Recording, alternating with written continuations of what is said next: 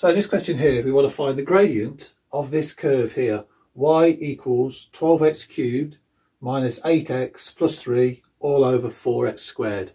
And we want to calculate that gradient at x equals minus 1. So that's the only point that we're interested in. So how are we going to calculate the gradient of this? Well, the gradient is the same as the derivative. So what we're looking for is dy over dx. So the derivative of this function here. So as we know that y is this function here, we can rewrite this as dx, and then we can write our function in there. And that's a place to start trying to calculate our derivative. Okay, now we've got a fraction here with some polynomial in the numerator. So what we could do with this 4x squared in the denominator, we could just divide every term in this function by 4x squared. So let's do that. So now let's rewrite this. Y equals 12x cubed over 4x squared. So I'm going to write it like that with a slant so we can see what's going on. 8x over 4x squared plus 3 over 4x squared. And then divide that by 4x squared divided by 4x squared. So you can see what we're going to do here. We're going to try and get rid of the fraction by dividing the denominator by itself. So that's our goal of what we want to try and achieve.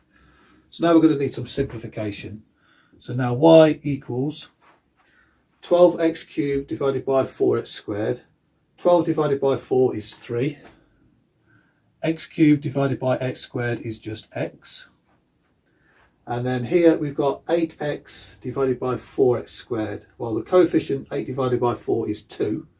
And x divided by x squared is x to the minus 1.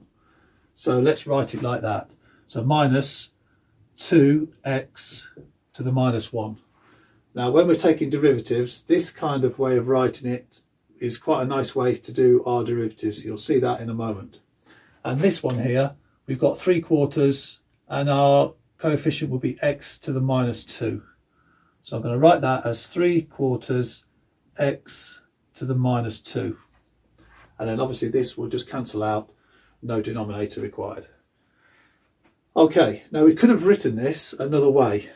I'm not going to use this to calculate my derivative, but just to show you, and then you'll see what I mean about this being a bit more of a tricky way to calculate our derivative. So x to the minus 2 just means x squared goes on the bottom. X to the minus 1 just means a single x goes on the bottom. 3x is as it is. Now I'm going to use this one to calculate my derivative. So when I use the power rule, this way will be a lot more easier than this one. So less working out as you're going along. So I rewrite my derivative now as dx. So basically changing y with respect to x. And I'm going to write this as my function I want to take the derivative of. So minus 2x to the minus 1 plus 3x to the minus 2 over 4. Okay, so now we'll do the power rule. So let's work this out. So here I could put a 1 in there, positive 1. That's if an x is just on its own, just positive 1.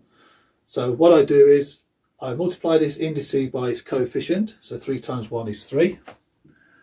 And then the x will now become x to the power of 0. Well, x to the power of 0 is just 1. So therefore my result for this part is just 3.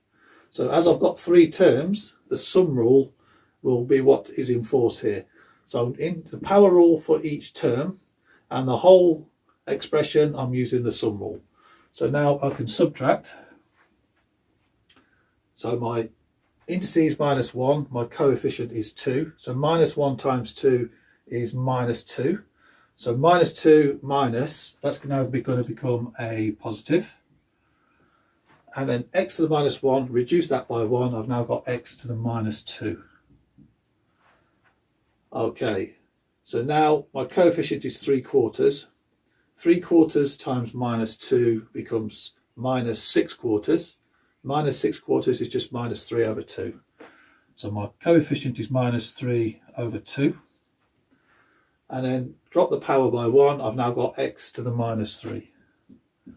Okay, so that's a nice easier way than trying to work with these indices. So now what I need to do is to calculate my derivative at x equals minus 1. So that's the result of the derivative. So now at x equals minus 1. So now I can plug in minus 1 into this result here. So this is the stage where I write it back in this kind of format. So this, let's just put these in a box. This will now be written in this format with fractions. So I can write that as 3 plus 2 over x squared. So x to the minus 2 is x squared. And I've got 3 over 2. And I've got x to the minus 3. So now I've got x cubed in my denominator. Okay, so now x equals minus 1. So now I've got 3 plus 2 over minus 1 squared minus 3 over 2 times minus 1 cubed. Okay, so let's just work this out. 3 is constant, it stays. Minus 1 squared is 1. 2 over 1 is just 2. And now minus 1 cubed is minus 1. Minus 1 times 2 is minus 2. So I've got 3 over minus 2, which is minus 1.5. But I've got a minus sign here, so now I can add 1.5. So add 3 over 2. So just add these up. 3 plus 2 is 5, plus 1.5, 6 over 5. So therefore, the result of my gradient is, at x equals minus 1, my gradient is 6.5. So m equals 6.5, working on the principle of y equals mx plus c. M is always the gradient of a function, so m equals 6.5. That's my gradient. And that's a good place to stop.